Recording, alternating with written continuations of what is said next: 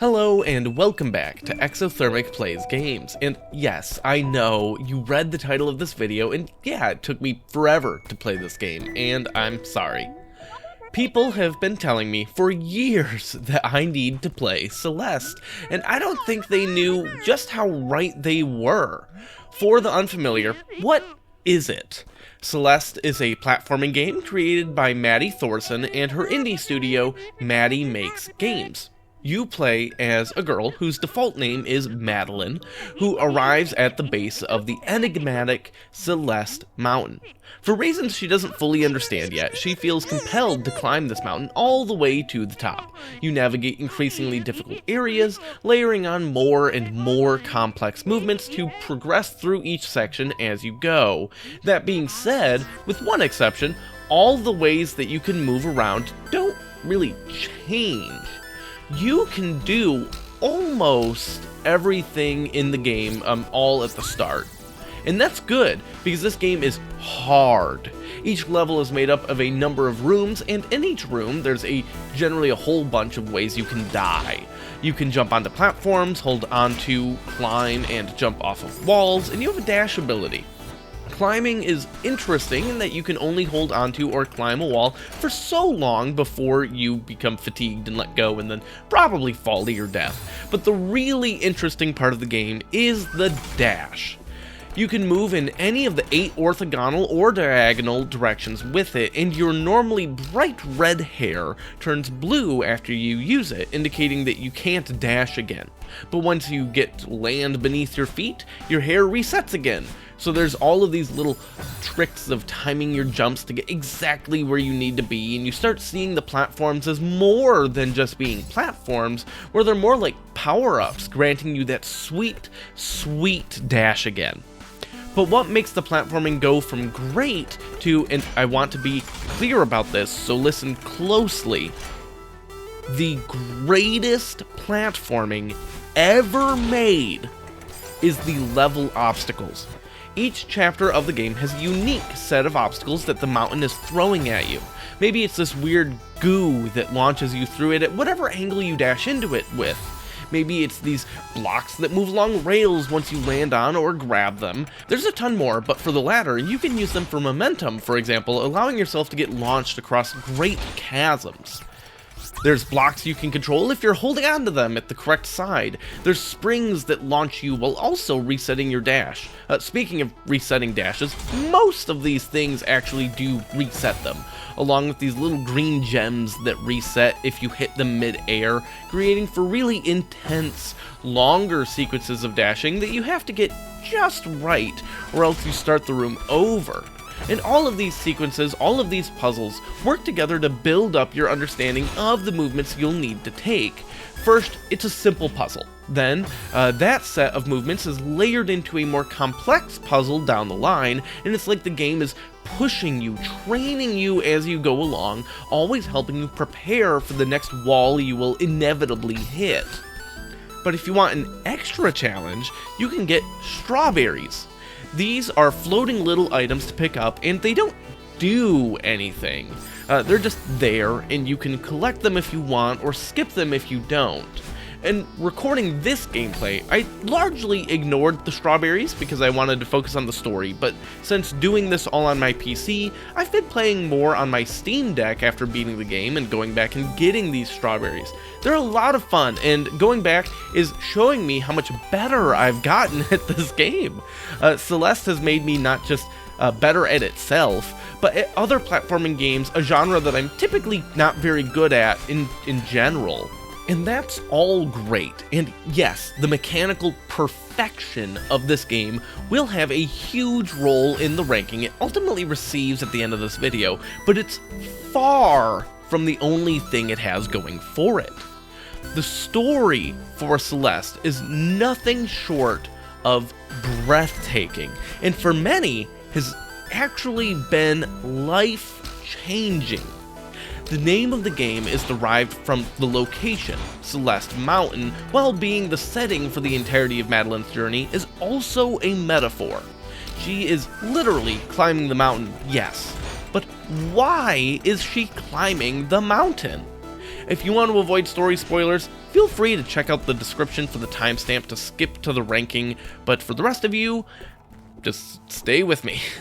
Madeline is climbing this mountain because she's depressed. She's riddled with anxiety and hates her life and feels like everything she's ever done has amounted to nothing and nobody really cares about her. I mean, yes, she talks to her mom, who does truly love her and helps her with her anxiety, but outside of that, she has almost no friends to speak of.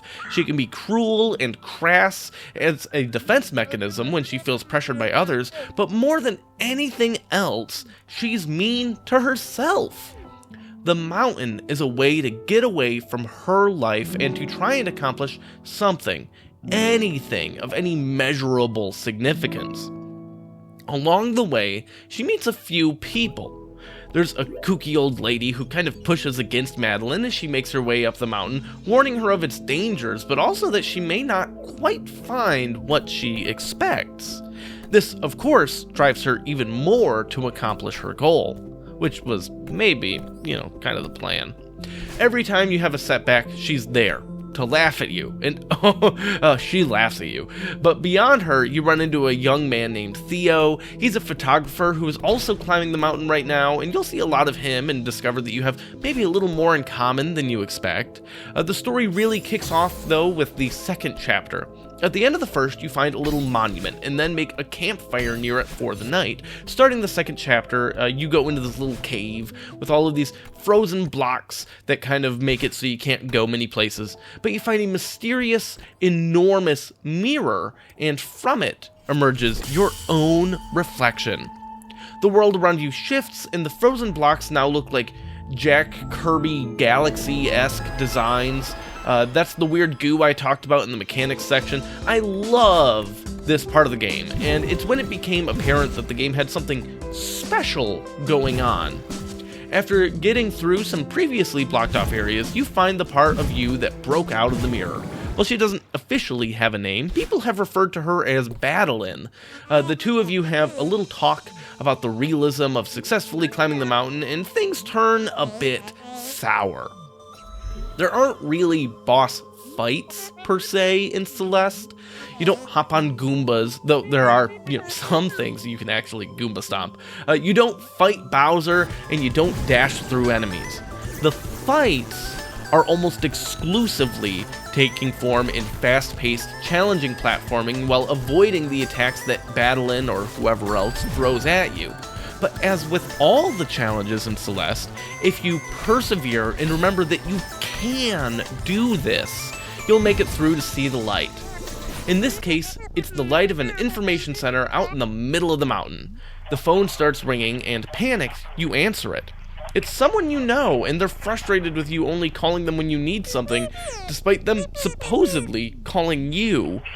Things escalate, and Madeline figures out that she's actually dreaming, she's having a nightmare, just in time for Madeline to kick her out of the dream. You reawaken by the fire you made at the end of the first chapter and continue your journey. Everything is seemingly fine at first. You find Theo again and talk some. You have fun on some springs, and then you find the same information booth from your dream. It's real. Madeline starts having another panic attack and calls her mom, who talks her through it, which is nice. She has a nice mom, but her mom can't help her climb this mountain.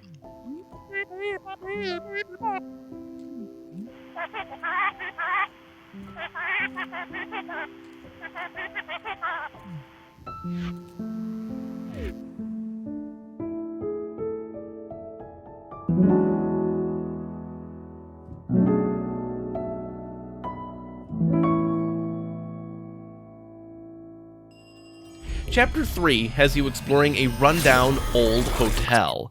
There's this black goop everywhere, and if you touch it, you die. But then there's also walls and other surfaces with these little, tentacle things, maybe? Well, once you touch it and then leave, it turns into the black goop you can't touch.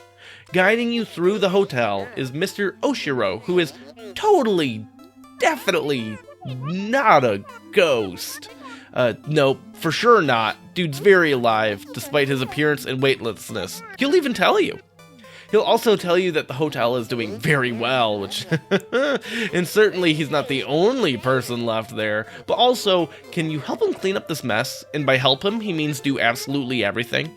As you run around in the hotel, cleaning up all of these things and solving these problems with like interconnected locks and getting to these, navigating to basically these things that will then solve a problem.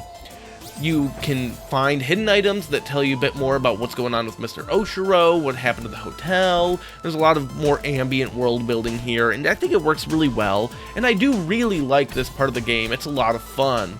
And the tentacles turning into goop makes it so that you can only touch each flat surface generally once, which means you have to do more perfect execution, and it helps you kind of have to think in a different way than maybe you would have otherwise had to do in other parts of the game, and it's really good. I like this part a lot.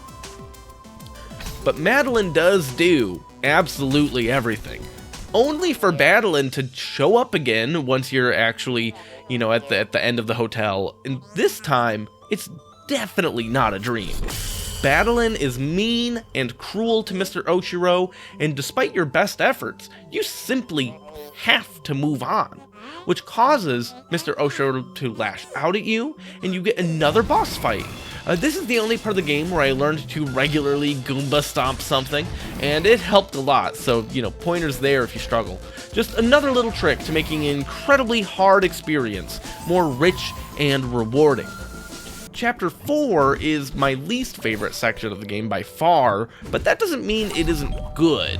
It's just slow. You run into situations where the blustering winds of the mountain push against you and it becomes harder to move around. As frustrating as that can be at times, it's a very pretty level, like it's really pretty, and I think has the most intricate puzzles in the whole game from a logic perspective. So that's pretty great. You also get to jump on clouds, and those are neat. There's no real boss fight here, and you're very alone for almost the entire chapter. Just nothing but you, the mountain, and dying a lot on the mountain. Dying so many times. But eventually, you break through the wind and find safety in Theo. The two of you hop on a really sketchy looking gondola, which is working surprisingly well to cross the chasm below, until Madeline shows up and stalls the gondola. The appearance and reaction from the world around you as Madeline sets into another panic attack is stunning.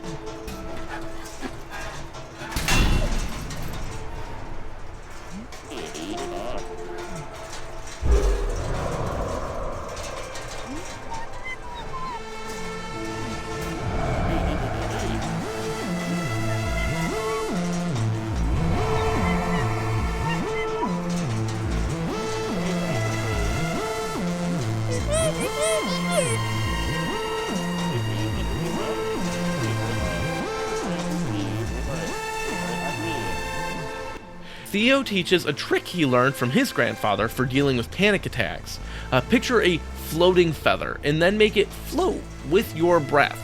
It's good imagery, and then once you calm down, so too does the mountain, and the gondola resumes carrying you to safety.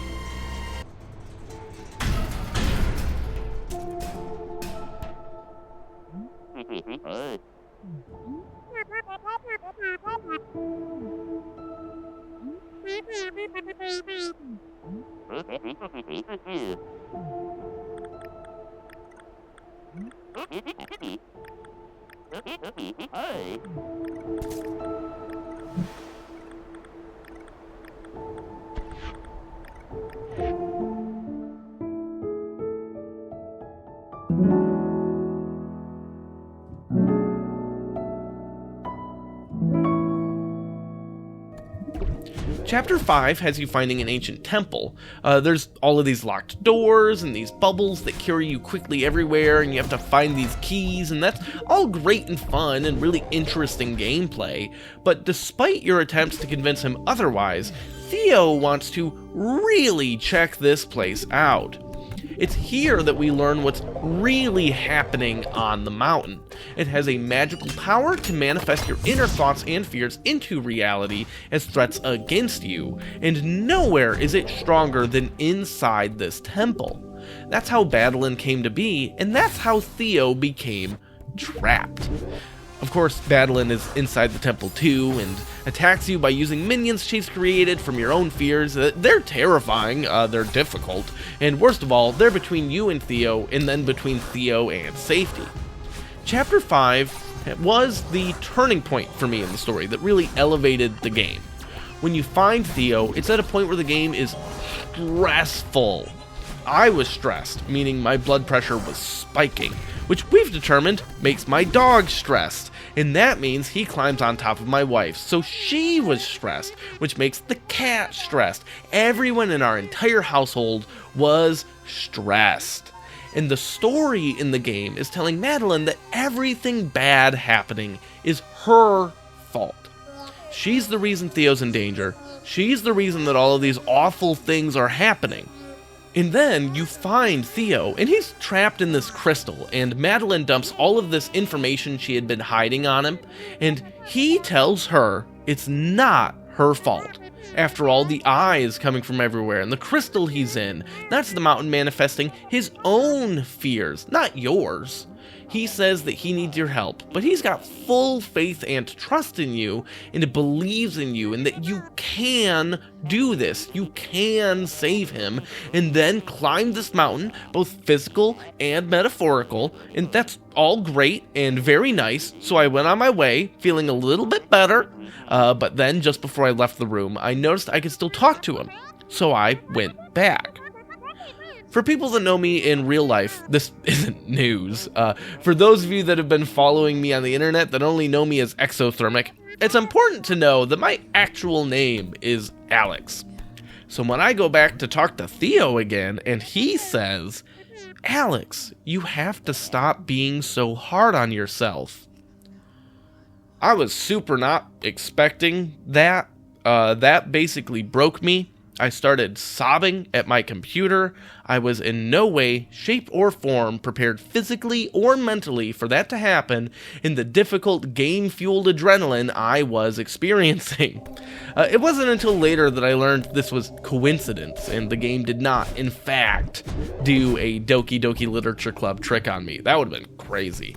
Theo's sister is named Alex, and Madeline reminds him of her, so he had just like a slip of the tongue. But for that brief moment, whether it was intended or not, the game was talking to me, and I really needed to hear it. The rest of the game is all really great. You get these hilarious platforming sequences once you navigate to Theo, where you have to throw him around in the crystal as a weight to solve puzzles and press buttons while dodging threats. I'm not entirely sure why, but it is so funny to me. But once you're out of there, you can start heading towards the summit using feathers representing Theo's help he's given you. Way up in the sky, Madeline and Madeline have a talk.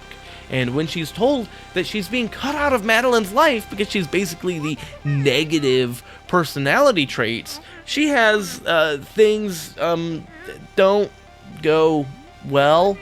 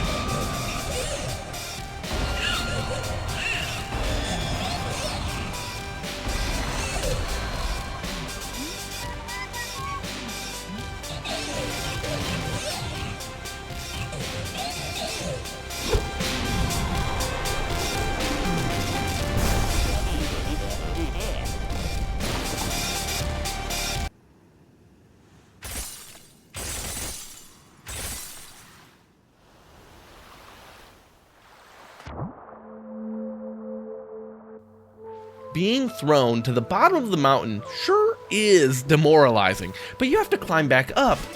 Madeline fights you every step of the way, and eventually you get to talk to her. Like, really talk to her about why she's doing this, about her fears, about her insecurities. She's afraid because it's the mountain that gives her a physical form, that gives her an actual voice instead of just being pushed away and ignored inside Madeline's head. Once Madeline finishes climbing, that means she'll leave, and that means she might as well just stop existing. The two really reconnect and make a promise to each other to listen and to help each other even when they're not on the mountain anymore. Chapter 7, which is the finale to the base game story, is really cool. Now that you and Madeline are whole again and working together, you can double dash. This opens up a lot of platforming options. The pairing race up the mountain together, going through the first 5 zones again, though in different areas and way faster.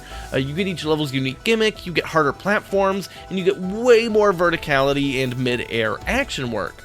Each time you move on to another section, you have more insightful discussions between Madeline and Madeline, both of them empowering one another to become more accepting of who they really are as a duo. In the final climb to the summit, you have the most intricate sections you might run into, and I died so many times! Thankfully, rather than having to do full room clears, you just get to these flag markers and respawn from there, which is so helpful, because everything is... oh, it's so hard. I definitely didn't do myself any favors by trying to make things more complicated than they actually were, but dang, that section of the game is hard. But once you get to that peak and finish that climb, all of the mistakes, all of the time feels so worth it. And then you get to say your goodbyes to the friends you made along the way, and it's just beautiful.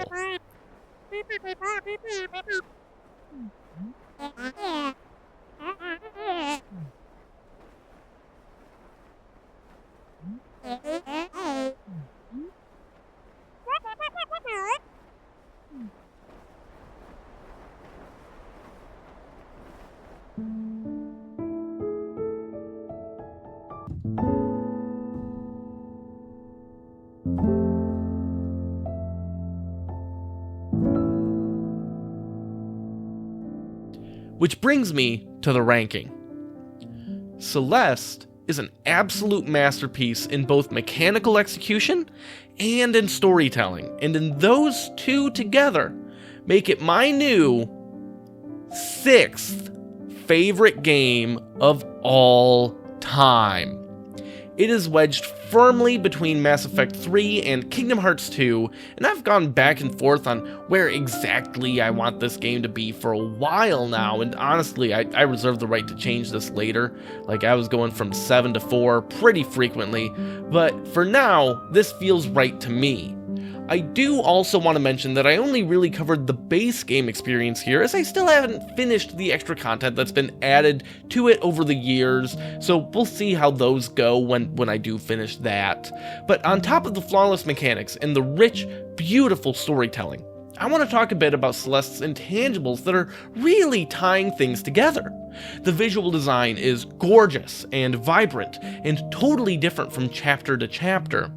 The way that the world mirrors Madeline's internal struggle is just incredible, and the feedback from the threats throughout the game make it so easy to just keep pushing.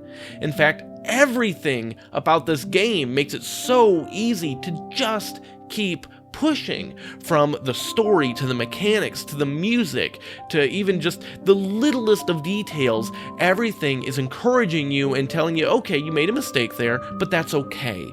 People make mistakes, and we learn from them, and we get better, and we move along, and we improve, and then we can overcome this challenge. And I love the lack of voice acting in the game, instead using chiptunes to give the characters voices. It's done so well. It's almost like you can hear them speak, even though they're not, and the tone and everything is reflected perfectly through the sound effects.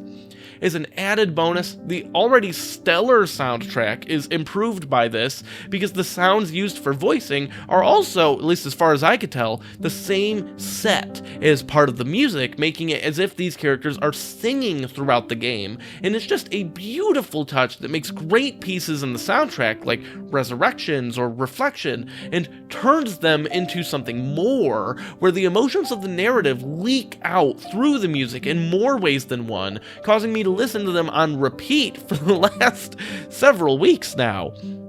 But nothing, and I mean nothing, is more important to Celeste than the way it helped countless people climb their own mountains.